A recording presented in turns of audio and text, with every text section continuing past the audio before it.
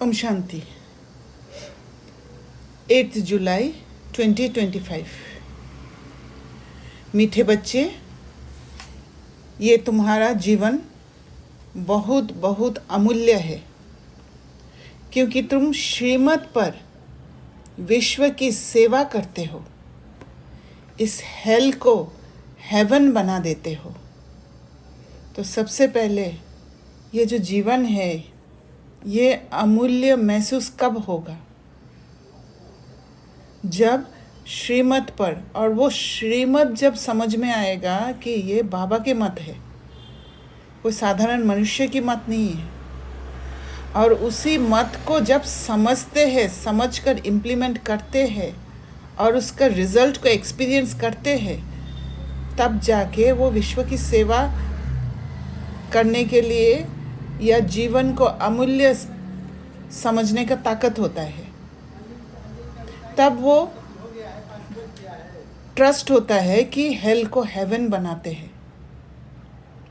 प्रश्न: खुशी गायब होने का कारण तथा उसका निवारण क्या है? उत्तर: खुशी गायब होती है देह अभिमान में आने के कारण। जब इमोशंस के कंट्रोल में आ जाते हैं, कोई भी बात के कंट्रोल में आ जाते हैं, माने बंध जाते हैं, तब खुशी गायब हो जाती है। दिल में जब कोई शंका पैदा हो जाती है, तो भी खुशी गुम हो जाती है। माने एक डाउट आ जाता है, और डाउट के साथ साथ फियर भी आएगा। तो उस डाउट से छूटने के लिए, डाउट कब आता है?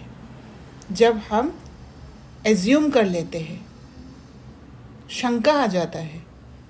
और उस एजम्पशन से छूटने के लिए हमें ये समझाना है कि ये एक पॉसिबिलिटी है, और ऐसे नहीं है कि पूरा उसको परिवर्तन करके अपने को एफर्मेशन दे दें। क्योंकि पूरा परिवर्तन करके अगर कोई बात आया कि वो शायद मेरे बारे में कोई बुराई कर रहे हैं, तो उसको चेंज कर दिया, अगर पॉजिटिव बना दिया, ये सोच के कि इसको पॉजिटिव में घुमा देते हैं, नहीं वो बहुत अच्छा सोल है, ये है, बुद्धि एक्सेप्ट नहीं करेगी। इसीलिए ऐसे परिवर्तन करना है जो बुद्धि एक्सेप्ट करे, जो वो एजम्पशन से वेरी क्लोज, बहुत क्लोज होंगे, और वो है पॉसिबिलिटी। जैसे ही समझेंगे ये हो सकता है, नहीं भी हो सकता है, और जब नहीं भी हो सकता है ये बात आता है, तब हमारे अंदर एक ताकत हो जाता है उस बात के कंट्रोल से छूटने का। तो शंका से निकल जाते हैं, क्योंकि जहाँ शंका होता है वहाँ पर हम सीन के साथ चिपक जाते हैं, अटैच्ड हो जाते हैं, और जहाँ अटैचमेंट है वहाँ एक्सपेक्टेशंस होगा। क्योंकि बंध के कोई भी आत्मा को अच्छा नहीं लगेगा। आत्मा हमेशा फ्री है, और जो फ्री है उसको बांध दो तो खुशी गुम हो जाती है।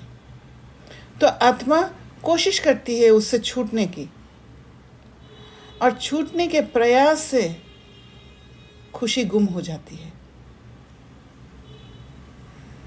तो उसका जो मेथड है शंका को परिवर्तन करने का, वो है पॉसिबिलिटी को देखना कि हो सकता है, नहीं भी हो सकता है। तो एक न्यूट्रल स्टेट में टिकने का, एक डिटैच स्टेट में टिकने का ताकत आ जाता है। इसलिए बाबा राय देते हैं, जब भी कोई शंका उत्पन्न हो तो फौरन बाबा से पूछो।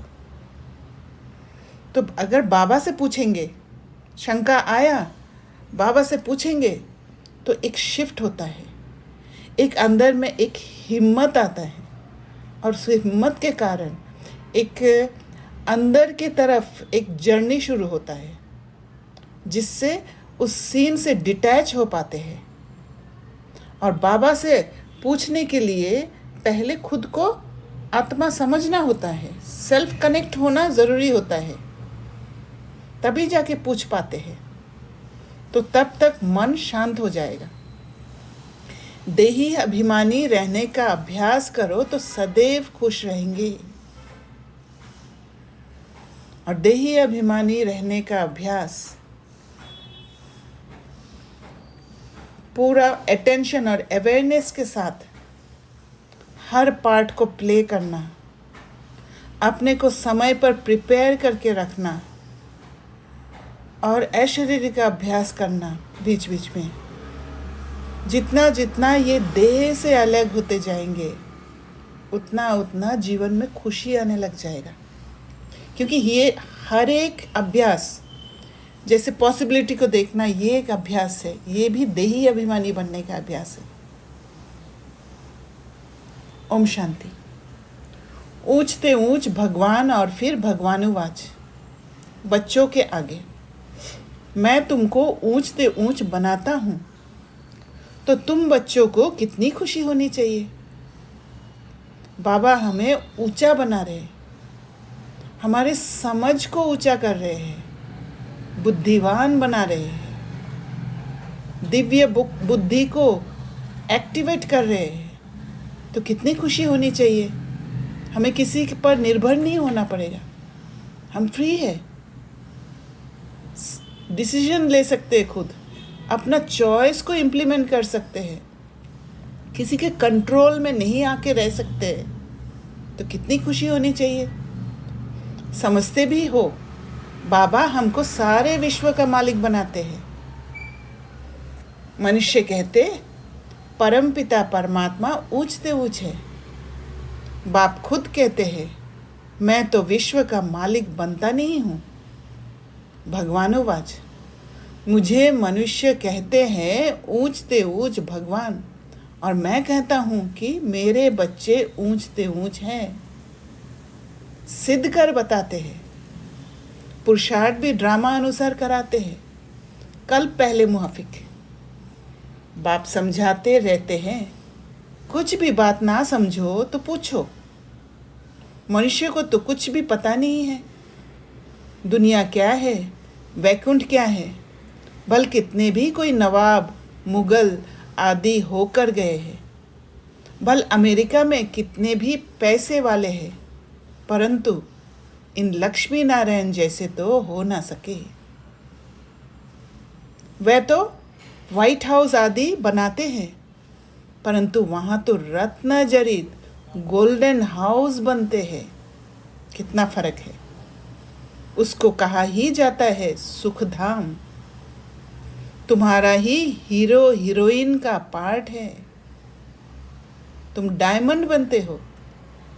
गोल्डन एज थी, अब है आयरन एज।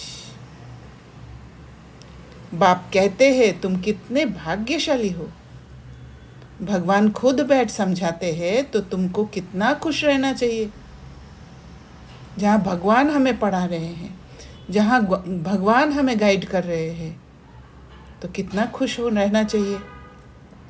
वहाँ पर कोई डर होना ही नहीं चाहिए, कोई शंका ही नहीं आना चाहिए। तुम्हारी ये पढ़ाई है ही नई दुनिया के लिए। ये तुम्हारा जीवन बहुत अमूल्य है, कोई तोल नहीं सकते मूल्य देके, क्योंकि तुम विश्व की सर्विस करते हो। एक दो की सर्विस नहीं, पूरा विश्व की सर्विस कर रहे। बेहद की दृष्टि। बाप को बुलाते ही है कि आकर हेल को हेवन बनाओ। हेवनली गॉड फादर कहते हैं ना। बाप कहते हैं तुम हेवन में थे ना, अब हेल में हो, फिर हेवन में होंगे। हेल शुरू होता है तो फिर हेवन की बातें भूल जाती है। ये तो फिर भी होगा। फिर भी तुमको गोल्डन एज से आयरन एज में ज़रूर आना है। बाबा बार बार बच्चों को कहते हैं, दिल में कोई भी शंका हो जिससे खुशी नहीं रहती तो बताओ। बाप बैठ पढ़ाते हैं तो पढ़ना भी चाहिए ना। जब शांत होके एकांत में उस बात को लेकर बैठेंगे बाबा के आगे, तब जाके मन जब शांत होगा। क्योंकि पॉसिबिलिटीज़ जो है, जो भी बातें हैं, जब सीन से डिटैच्ड होते हैं तो मन अपने कंट्रोल में आता है। मन कोई सीन के कंट्रोल में नहीं है। मन को हम अपने कब्जे में कर लेते हैं, वापस पा लेते हैं और मन शांत हो जाता है। तब बाबा जो बैठ के पढ़ाते हैं वो पढ़ पाते हैं। खुशी नहीं रहती है क्योंकि तुम देह अभिमान में आ जाते हो, इमोशंस के कंट्रोल में आ जाते हो, और वो इमोशंस द्वारा जो भी दिख रहा है वो फिर पॉपअप होने लग जाता है बुद्धि में। और वो जब एक एक बात मन में आ जाता है, उन सब को फिर से इमोशंस से छुड़ाने के लिए, मन को इमोशंस के कब्जे में से छुड़ाने के लिए पॉसिबिलिटीज़ को देखना है कि हाँ, ये आ रहा है मेरे मन में। सपोज गुस्सा आता है तो गुस्सा द्वारा हम बातों को समझने लग जाते हैं, और जैसे ही वो बात आया अपने आप को कहना है, हो सकता है, नहीं भी हो सकता है। और जब ऐसे कहते हैं यानी ये ट्रुथ है, कोई ऐसे इल्यूजन सामने में नहीं रख रहे, इसलिए मन बुद्धि एक्सेप्ट करने लग जाते हैं। और फिर धीरे धीरे उस सीन से, उसके कंट्रोल से निकलना शुरू हो जाता है मन को। खुशी तो होनी चाहिए ना। बाप तो सिर्फ ब्रह्मांड का मालिक है, तुम तो विश्व के भी मालिक बनते हो। भल बाप को क्रिएटर कहा जाता है, परंतु ऐसे नहीं कि प्रलय हो जाती है फिर नई दुनिया रचते हैं। नहीं, बाप कहते हैं मैं सिर्फ पुरानी को नया बनाता हूँ। जो हमारा समझ गिर गया है उस समझ को ताकत दे के ऊंचा उठाकर नई समझ में ले जाते हैं, जहाँ पर सिर्फ सुख है। वहाँ कोई एडल्टरेशन नहीं है, या वहाँ कोई गिरना नहीं है। पुरानी दुनिया विनाश कराता हूँ, क्योंकि जब हमें ऐसा ऊंचा बना देते हैं तो फिर रहने के लिए भी वैसा ही जगह चाहिए। तुमको नई दुनिया का मालिक बनाता हूँ, मैं कुछ करता नहीं हूँ, ये भी ड्रामा में नूंद है। तो जैसे जैसे हम तैयार होते हैं वैसे वैसे ड्रामा के सीन्स अनफोल्ड होने लग जाते हैं सत्युग के ओर। पतित दुनिया में ही मुझे बुलाते हैं, पारसनाथ बनाता हूँ, तो बच्चे खुद पारसपुरी में आ जाते हैं। वहाँ तो मुझे कभी बुलाते ही नहीं हैं। कभी बुलाते हो कि बाबा पारसपुरी में आकर थोड़ी विजिट तो लो, बुलाते हो नहीं, बुलाते ही नहीं। गायन भी है, दुख में सिमरन सब करे, पतित दुनिया में याद करते हैं, सुख में करे ना कोई। क्योंकि दुख के समय दुख से छूटना नहीं आता है, और कहीं ना कहीं हमें याद है कि दुख से छुड़ाने वाला एक ही है, इसलिए सिमरन करते हैं। ना याद करते हैं ना बुलाते हैं, सिर्फ द्वापर में मंदिर बनाकर उसमें मुझे रख देते हैं। पत्थर का नहीं तो हीरे का लिंग बनाकर रख देते हैं पूजा करने के लिए। कितनी वंडरफुल बातें हैं। ओम शांति दीदी। ओम शांति। मेरा ना यहाँ पर एक क्वेश्चन है। हाँ बोलिए। कि जब बाबा बोल रहे हैं कि ना भुलाते हैं ना याद करते हैं, तो ये बाबा सत्युग की बात कर रहे हैं? हाँ, सत्युग की बात कर रहे हैं। क्योंकि जब सुख में होते हैं, सुख में करे ना कोई बोला है ना, तो आत्मा अपने एलिवेटेड स्टेज में है और बाबा के सेम फ्रीक्वेंसी में है ऑलरेडी। तो उस फ्रीक्वेंसी में जाने का प्रयास नहीं होता है, इसलिए बाबा का याद ही नहीं आती है। और बुलाने की भी ज़रूरत नहीं है, कि कुछ सिखाने की ज़रूरत नहीं है, इसलिए बुलाते नहीं है। ओके। वो अच्छा। डिज़ायर ही पैदा नहीं होता है। क्योंकि भक्ति में जब भटकते हैं, ढूंढ ढूंढ के थक जाते हैं, तब ज़रूरत पड़ जाता है बुलाने का। जब नीचे गिरे। हाँ। और दीदी स्टार्टिंग में बाबा ने बोला था कि बाबा पुरुषार्थ भी ड्रामा अनुसार कराते हैं और कुछ प्रश्नों तो पूछो। तो इसका मतलब कि बाबा के अंदर पेशेंस है और बाबा को सब पता है, बाबा डिटैच्ड है, मतलब हमारी स्थिति जैसे, क्योंकि पुरुषार्थ मीन्स हमारी स्थिति कभी ऊपर है कभी नीचे है, फिर एक स्टेबिलिटी आती है। वो भी स्टेबिलिटी तब आती है जब हमें एक्यूरेट विधि पता चलती है। बट बाबा नोज एवरीथिंग, बाबा को सब पता है। बाबा को एक्चुअली पैटर्न का पता है। Okay okay. और उस हिसाब से बाबा वो समय का इंतज़ार करते हैं। बाबा का एनर्जी हर पल हमारे चारों ओर है। ओके। पर हम जैसे ही उस फ्रीक्वेंसी के क्लोज जाते हैं तब कैच कर पाते हैं। तो इसीलिए बाबा कहते हैं हिम्मत का कदम। क्योंकि हिम्मत का कदम नहीं उठाने से हम ऊपर नहीं उठ पाएंगे। पहले हमारे अंदर वो अर्ज होना चाहिए उठने का, तब जाके बाबा हमारे पास आ सकते हैं। बाबा की एनर्जी फ्लो कर सकता है हमारे अंदर।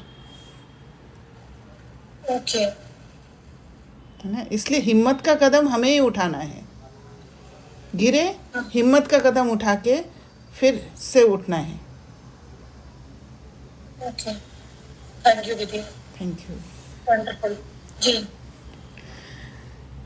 तो बाबा कहते हैं पत्थर का नहीं तो हीरे का लिंग बनाकर रख देते हैं पूजा करने के लिए।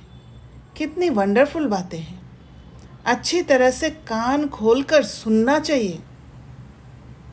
कान भी प्योर करना चाहिए। अभी कान से बहुत कुछ हम सुनते हैं और उसको एज्यूम कर लेते हैं। जैसे ही एज्यूम कर लिया, वहाँ पर लगेगा कि हाँ यही ठीक है। क्योंकि एजम्पशन जब ज़्यादातर क्या होता है, हमारा पुराना एक्सपीरियंस के साथ जुड़ा हुआ होता है, जो वैलिडेट करता है और पक्का कर देता है। तो कान को प्योर करना माना उन बातों को सुनकर एजम्पशन में नहीं फंसना है, पॉसिबिलिटीज़ में रहना है, ताकि हमारा डिटैच स्टेट हो, कान प्योर रहे। तो बाबा कहते हैं प्योरिटी फर्स्ट। कहते हैं शेरनी का दूध सोने के बर्तन में ही ठहर सकता है। जितना डिटैच रहेंगे उतना वो दूध टिकेगा। इसमें भी पवित्रता होगी तो धारणा होगी, क्योंकि प्योरिटी नहीं होगा तो अपवित्रता के हिसाब से ही परसेप्शन होगा। जैसे इमोशंस हमें दिखाएंगे वैसे ही हम देख पाएंगे, वैसे ही सुनेंगे बातों को। इसलिए सबसे पहले उन इमोशंस से छूटने का हिम्मत करना है। वही हिम्मत का कदम है। बाप कहते हैं काम महाशत्रु है, इन पर विजय पानी है। तुम्हारा ये अंतिम जन्म है। ये भी तुम जानते हो, ये वही महाभारत लड़ाई भी है। कल्प कल्प जैसे विनाश हुआ है, हूबहू अब भी होगा ड्रामा अनुसार। तुम बच्चों को स्वर्ग में फिर से अपने महल बनाने हैं, जैसे कल्प पहले बनाए थे। और जैसे जैसे हम ऐसे पुरुषार्थ करते जाएंगे, ये पुरुषार्थ करते करते धीरे धीरे अपने अंदर एक ट्रस्ट आएगा कि हाँ स्वर्ग में फिर से अपने महल बनाने हैं। कल पहले भी बनाए थे। स्वर्ग को कहते ही है पैराडाइज। पुरानों से पैराडाइज अक्षर निकला है। कहते हैं मानसरोवर में परियां रहती थी, उसमें कोई टुबका लगाए तो परी बन जाए। वास्तव में है ज्ञान मानसरोवर। उसमें तुम क्या से क्या बन जाते हो। जब ज्ञान समझ में आता है, बुद्धि में बैठता है, तब हमारे अंदर परिवर्तन आ जाता है, हमारा दृष्टि बदल जाती है। शोभनिक को परी कहते हैं। एंजल कौन है? शोभनिक है, माना जो स्पिरिचुअल ग्रोथ के लिए गाइडेंस दे सकते हैं। ऐसे नहीं पंखों वाली कोई परी होती है, वो इमेजिनेशन है कि पंख लगा दिया वो परी है। नहीं, वो स्थिति उड़ने वाली स्थिति होती है, क्योंकि हर पल एलिवेटेड स्टेज में, चाहे कोई नीचे है तो भी ऊंची स्टेज में, और वो ऊंची स्टेज दूसरों को भी ऊंचा उड़ा देंगे। जैसे तुम पांडवों को महावीर कहा जाता है, उन्होंने फिर पांडवों के बहुत बड़े बड़े चित्र, गुफाएं आदि बैठ दिखाई है। बाबा ने महावीर कहा क्योंकि हमने हिम्मत का कदम उठाया, हर पल संगम युग में पुरुषार्थ किया, पर उसको क्या दिखाया? बड़े बड़े चित्र दिखा दिया, गुफाएं आदि बैठ दिखाए। भक्ति मार्ग में कितने पैसे बर्बाद करते हैं। बाप कहते हैं हमने तो बच्चों को कितना साहूकार बनाया है, तुमने इतने सब पैसे कहाँ किए? भारत कितना साहूकार था, अभी भारत का क्या हाल है। जो 100% सॉल्वेंट था, भरपूर था, अब 100% इंसॉल्वेंट बन पड़ा है, खाली है। अभी तुम बच्चों को कितनी तैयारी करनी चाहिए। बच्चों आदि को भी यही समझाना है कि शिव बाबा को याद करो तो तुम श्री कृष्ण जैसे बनोगे, क्योंकि बच्चे हैं इसलिए बच्चे के साथ दिखाया।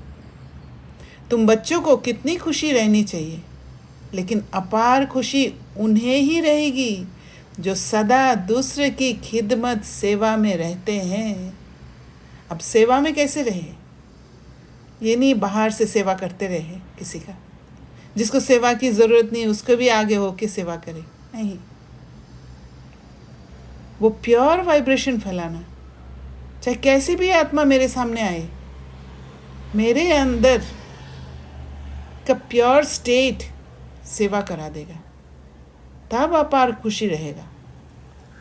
क्योंकि वो प्योर स्टेट, मेरे सम्मुख जो आत्मा जैसी भी स्थिति में आए हैं, उस आत्मा को लिबरेट करके एलिवेट कर देगा, जिससे कमाई होगा, पुण्य का खाता जमा होगा।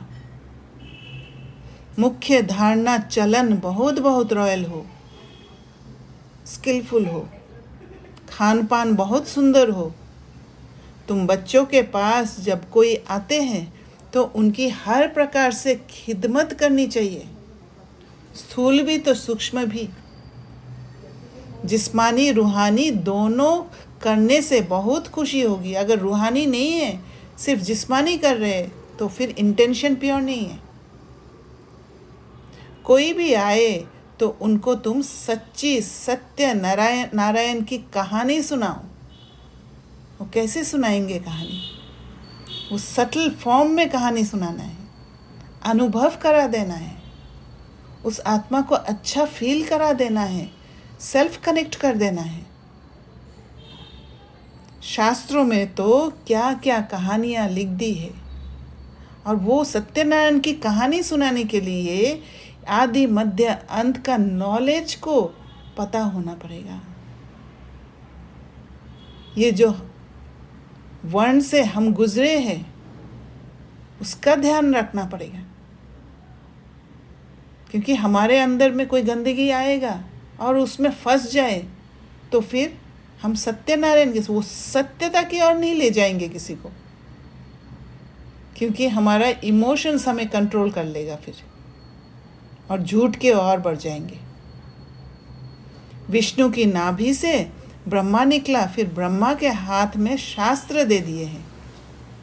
अब विष्णु की नाभि से ब्रह्मा कैसे निकलते हैं, कितना राज है, और कोई इन बातों को कुछ समझ ना सके।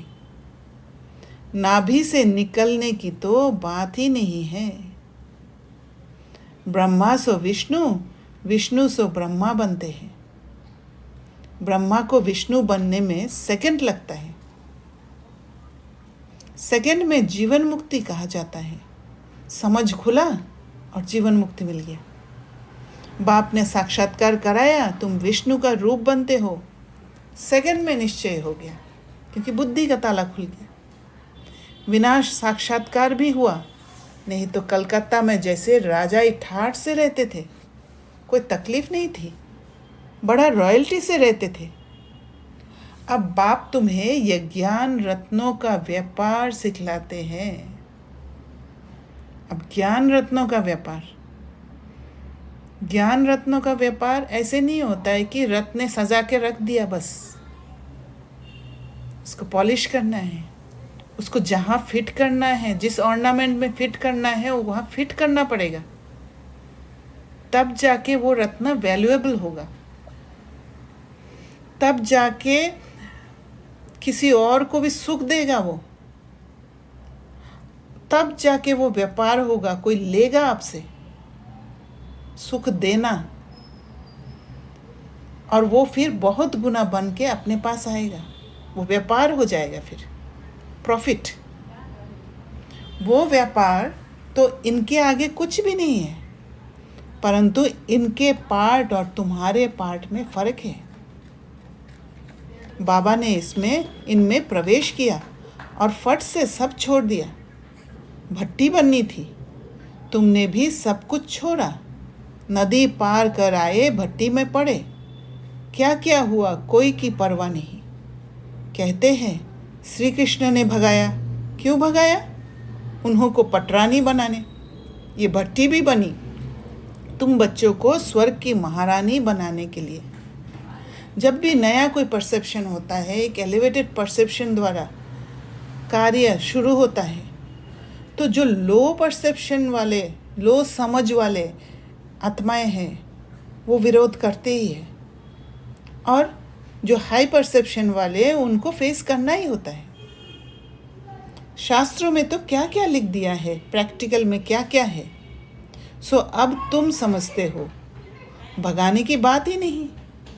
कल पहले भी गाली मिली थी, नाम बदनाम हुआ था, ये तो ड्रामा है। जो कुछ होता है कल पहले मुआफिक।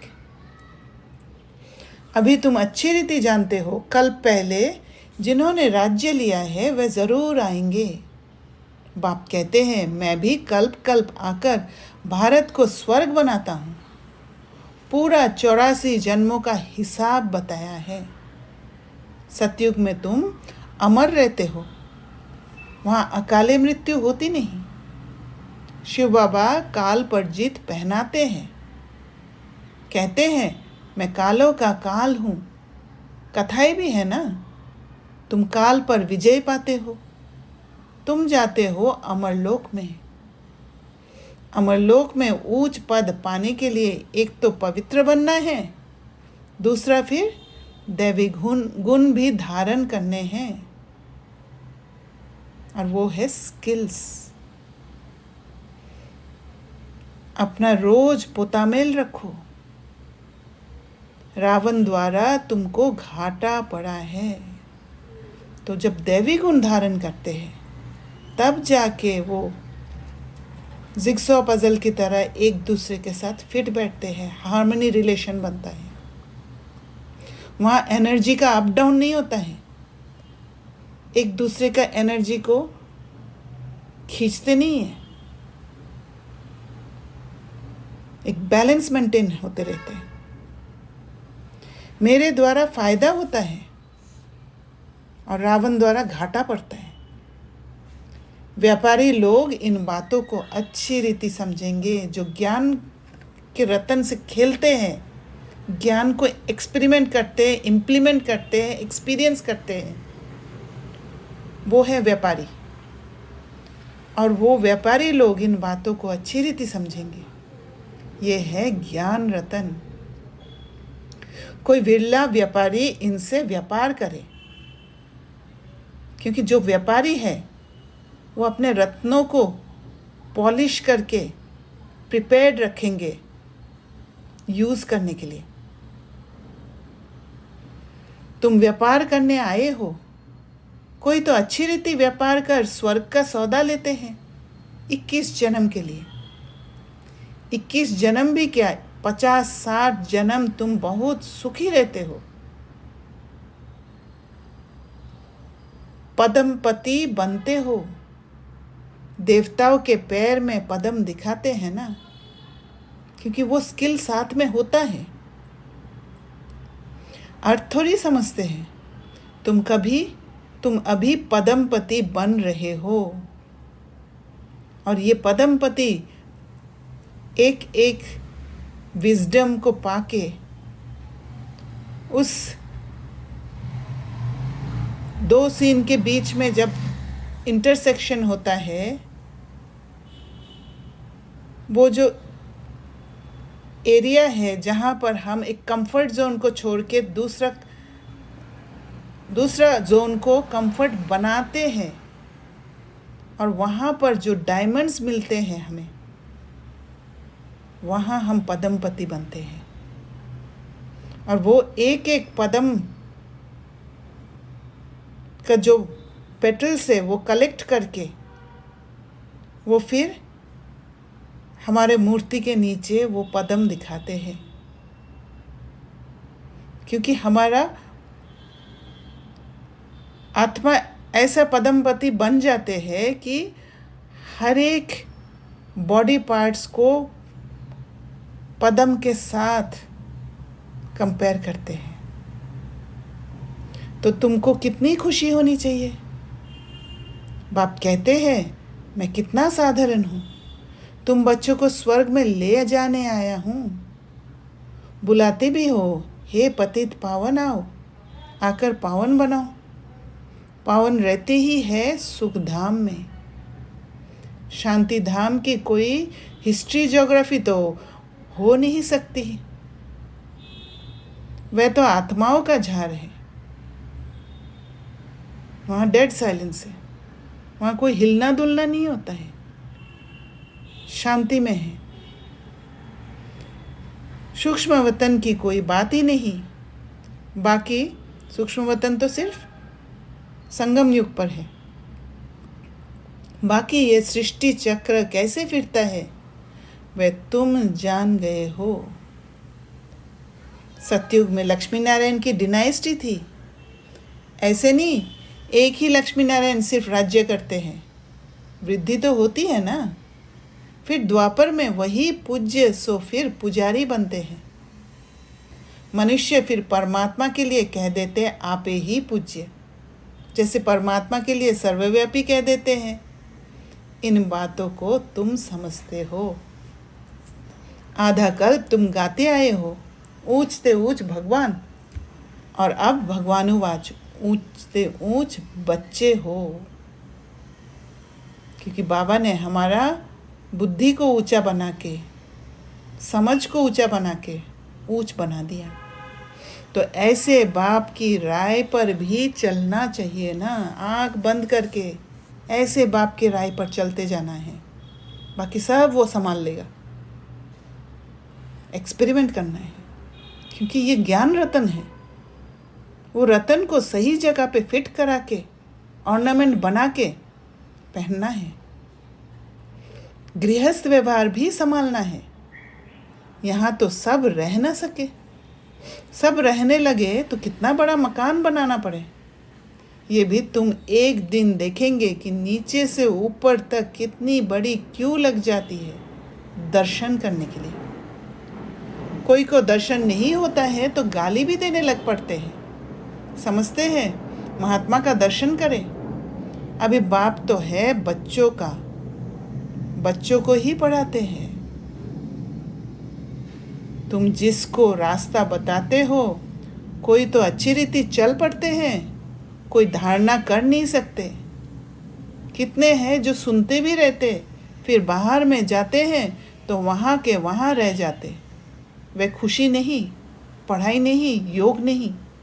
बाबा कितना समझाते हैं चार्ट रखो, नहीं तो बहुत पछताना पड़ेगा। क्योंकि चार्ट जब रखते हैं तभी प्रोग्रेस का पता चलता है, तभी अपना वीकनेस पता चलता है। वीकनेस को देख के घबराना नहीं है, डर कर सप्रेस नहीं कर देना है, उसका सामना करने के लिए हिम्मत होना चाहिए, तब जाके वीकनेस कमज़ोर पड़ जाएगा। हम बाबा को कितना याद करते हैं, चार्ट देखना चाहिए। भारत के प्राचीन योग की बहुत महिमा है। तो बाप समझाते हैं, कोई भी बात नहीं समझो तो बाबा से पूछो, आगे तुम कुछ भी नहीं जानते थे। बाबा कहते हैं ये है कांटों का जंगल, वो जंगल जहाँ पर गुम हो जाते हैं, जहाँ पर अंधेरा हो जाता है, खो जाते हैं। काम महाशत्रु है। ये अक्षर खुद गीता के हैं। गीता पढ़ते थे परंतु समझते थोड़ी थे। बाबा ने सारी आयु गीता पढ़ी, समझते थे गीता का महात्मा बहुत अच्छा है। भक्ति मार्ग में गीता का कितना मान है। गीता पढ़ने से वायुमंडल अच्छा हो जाता है, घर शुद्ध हो जाता है, अच्छा होता है, इतना ही जानते थे। पर गीता में लिखा क्या है उसको समझने की कोशिश नहीं की। गीता बड़ी भी होती है, छोटी भी होती है।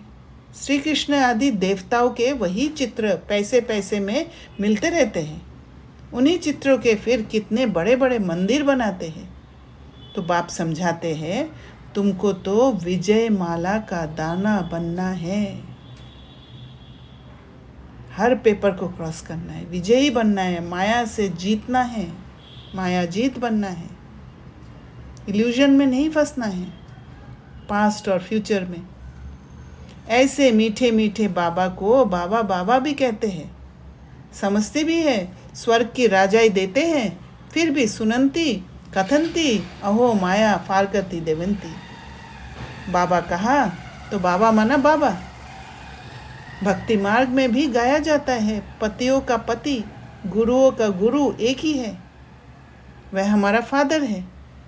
ज्ञान का सागर पतित पावन है।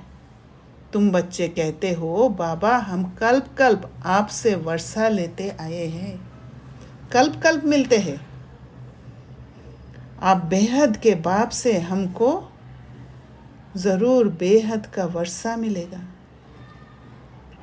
मुख्य है ही अल्फ, उसमें बे मर्ज है। बाबा मिल गया, वो मर्ज बे जो है वर्षा है वो भी ज़रूर मिलेगा। बाबा माना वर्षा, क्योंकि मर्ज है, ऑटोमेटिक मिलेगा। पर बाबा के साथ वो संबंध बनना है, जब बनेगा तब मिलेगा। वह है हद का, यह है बेहद का। हद के बाबा तो ढेर के ढेर है, बेहद का बाप तो एक ही है। अच्छा, मीठे मीठे 5000 वर्ष बाद फिर से आकर मिलने वाले बच्चों प्रति बाप दादा का याद प्यार और गुड मॉर्निंग। रूहानी बाप की रूहानी बच्चों को नमस्ते। हम रूहानी बच्चों की रूहानी बाप दादा को याद प्यार, गुड मॉर्निंग और नमस्ते। धारणा के लिए मुख्य सार, पहला पॉइंट, स्थूल सूक्ष्म खिदमत सेवा कर अपार खुशी का अनुभव करना और कराना है। चलन और खान पान में बहुत रॉयल्टी रखनी है। ये जो सूक्ष्म खिदमत जो है, अंदर अंदर सेवा करना, उसमें सबसे ज़्यादा सुख है। वो अगर सीख गया एक बार तो फिर स्व सेवा और विश्व का सेवा दोनों एक साथ होता है। दूसरा, अमरलोक में उच्च पद पाने के लिए पवित्र बनने के साथ साथ दैवी गुण भी धारण करने हैं। अपना पोता मेल देखना है कि हम बाबा को कितना याद करते हैं। अविनाशी ज्ञान रत्नों की कमाई जमा कर रहे हैं।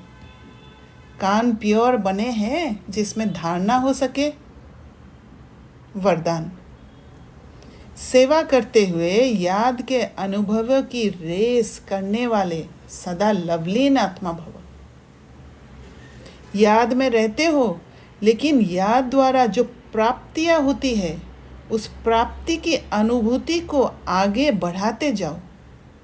इसके लिए अभी विशेष समय और अटेंशन दो, जिससे मालूम पड़े कि अनुभव के सागर में खोई हुई लवलीन आत्मा है।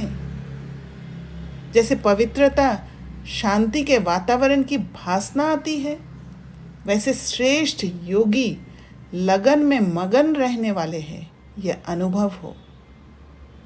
नॉलेज का प्रभाव है, लेकिन योग के सिद्धि स्वरूप का प्रभाव हो। सेवा करते हुए याद के अनुभवों में डूबे हुए हो। याद की यात्रा के अनुभव की रेस करो।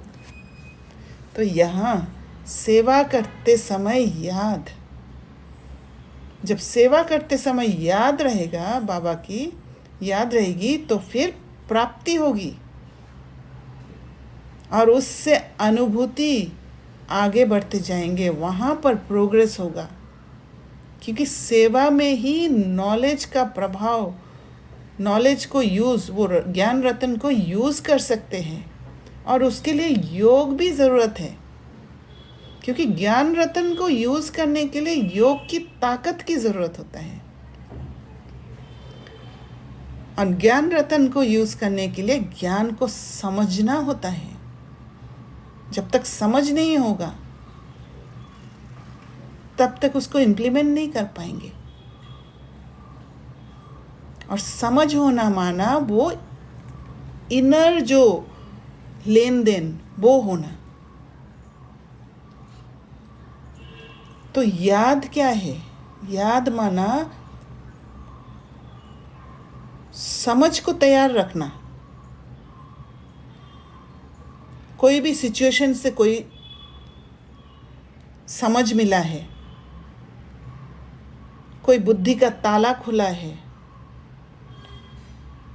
उसको लेना, उसको चर्न करना, उसको तैयार रखना और फिर नेक्स्ट सिचुएशन के लिए प्रिपेयर्ड रहना। और ये प्रिपरेशन जाके सेवा में याद, जब याद होगा तब वो अवेयरनेस होगा। और फिर जाके वो रिस्क उठाना एक्सपेरिमेंट करने के लिए, क्योंकि नई चीज़ है, रिस्क उठाना पड़ेगा। और रिस्क उठाने के लिए करेज की ज़रूरत है, हिम्मत रखना पड़ेगा। जब रिस्क और करेज एक साथ काम करेगा तब जाके एक्सपेरिमेंटेशन और इम्प्लीमेंटेशन दोनों एक साथ होगा। और फिर वो जाके प्राप्ति की अनुभूति कराएगा, क्योंकि वो रिजल्ट दिखाई देगा फिर। इसलिए याद की यात्रा के अनुभव की रेस करो।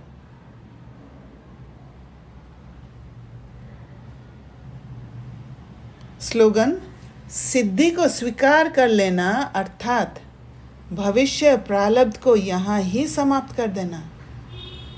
अगर कुछ मिल गया और उसी खुशी में पुरुषार्थ बंद कर दिया तो फिर आगे नहीं प्रोग्रेस हो सकता है, क्योंकि भविष्य का प्रारब्ध समाप्त हो जाएगा, वहीं रुक जाएगा। उस लास्ट स्टेट में जो है वही तक है और फिर और भी गिर सकते हैं। इसलिए कभी भी पुरुषार्थ से संतुष्ट नहीं होना है, और आगे बढ़ना है, और आगे बढ़ना है। उसको लिमिटेड नहीं करना है।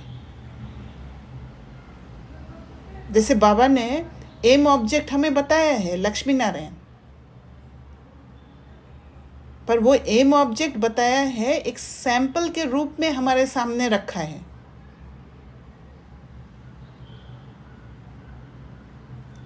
इसलिए नहीं रखा है कि वही हमारा लास्ट मंजिल है। हमें पुरुषार्थ करते जाना है। अव्यक्त इशारे संकल्पों की शक्ति जमा कर श्रेष्ठ सेवा के निमित्त बनो। जितना जितना आप बच्चे श्रेष्ठ संकल्प की शक्ति से संपन्न बनते जाएंगे, उतना श्रेष्ठ संकल्प की शक्तिशाली सेवा का स्वरूप स्पष्ट दिखाई देगा। हर एक अनुभव करेंगे कि हमें कोई बुला रहा है, कोई दिव्य बुद्धि द्वारा। जब दिव्य बुद्धि को यूज़ करेंगे तब अनुभव होगा। शुभ संकल्प का बुलावा हो रहा है। संकल्प में शक्ति होगा तो बुलाएंगे और आ जाएंगे, वो पहुंच जाएगा दूसरे के पास। कोई फिर दिव्य दृष्टि द्वारा बाप और स्थान को देखेंगे। दोनों प्रकार के अनुभवों द्वारा बहुत तीव्र गति से अपने श्रेष्ठ ठिकाने पर पहुंच जाएंगे। संकल्प द्वारा सेवा होने लग जाएगा। जो हमारे अंदर वो ताकत है, बस जगाना है।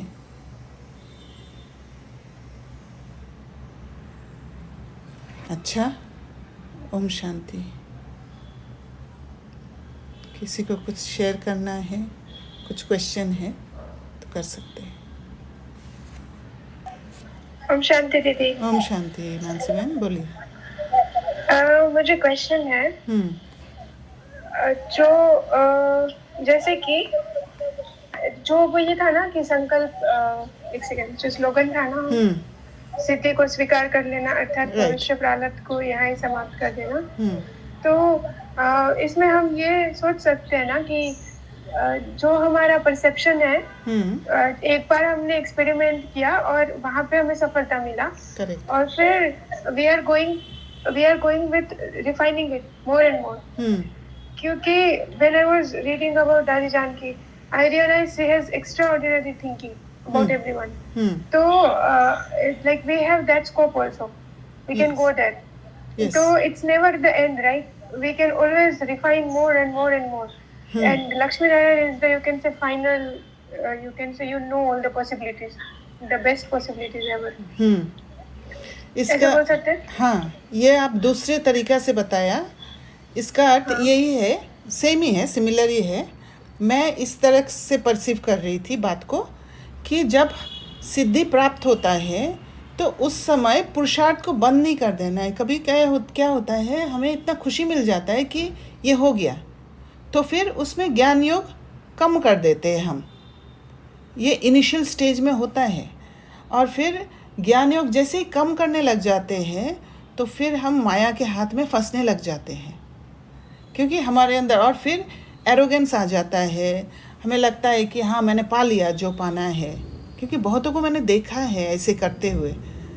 तो इसीलिए सिद्धि को अगर एक्सेप्ट कर लिया ना कि हाँ मुझे ये मिल गया है, नहीं, मुझे और आगे बढ़ना है और मिलना है, ये लिमिट नहीं है मेरा।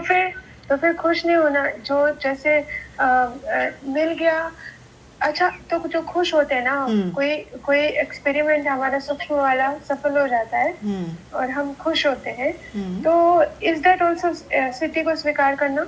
हाँ, एक वो क्या है, हाँ, वो बाह्य मुक्ता में अगर आ गया। जैसे बाह्य मुक्ता क्या है, ये नहीं है कि सिर्फ बाहर से दिखाना कि मैं खुश हो गई, मैं सबको बोल दिया ये, बट आप अपना एनर्जी को खो देना उसी का सेलिब्रेशन में।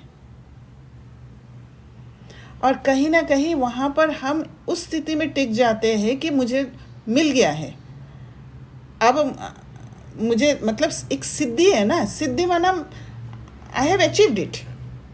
और जहाँ पर हम अपने आप को वो सेटिस्फैक्शन वाला एक वो दे देते हैं, एक समझ दे देते हैं, वहाँ फिर अंदर आगे बढ़ने का और प्रयास नहीं रहता है, हम अटक जाते हैं। फिर तो फिर एक अलबेलापन आ जाएगा कि मुझे अभी योग करने की ज़रूरत नहीं है, मैं तो हर पल स्टेबल रहती हूँ, चेकिंग नहीं हो पाएगा।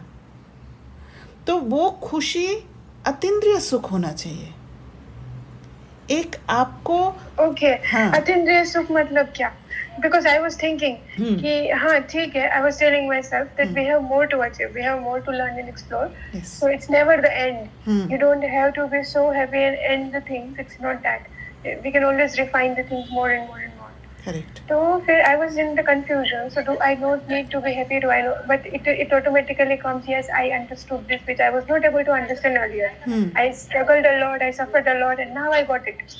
So that is a feeling, right? Yes. Finally, I got it, and that's like very much pleasant feeling. And you Yes. may dance. You like go high flying.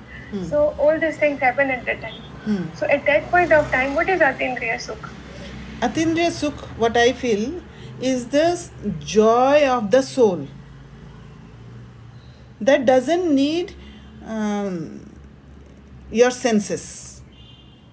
इंद्रिय की बाहर जो शरीर वाला इंद्रियों की ज़रूरत नहीं है. You don't need to express, you don't need to show others, you know what you are.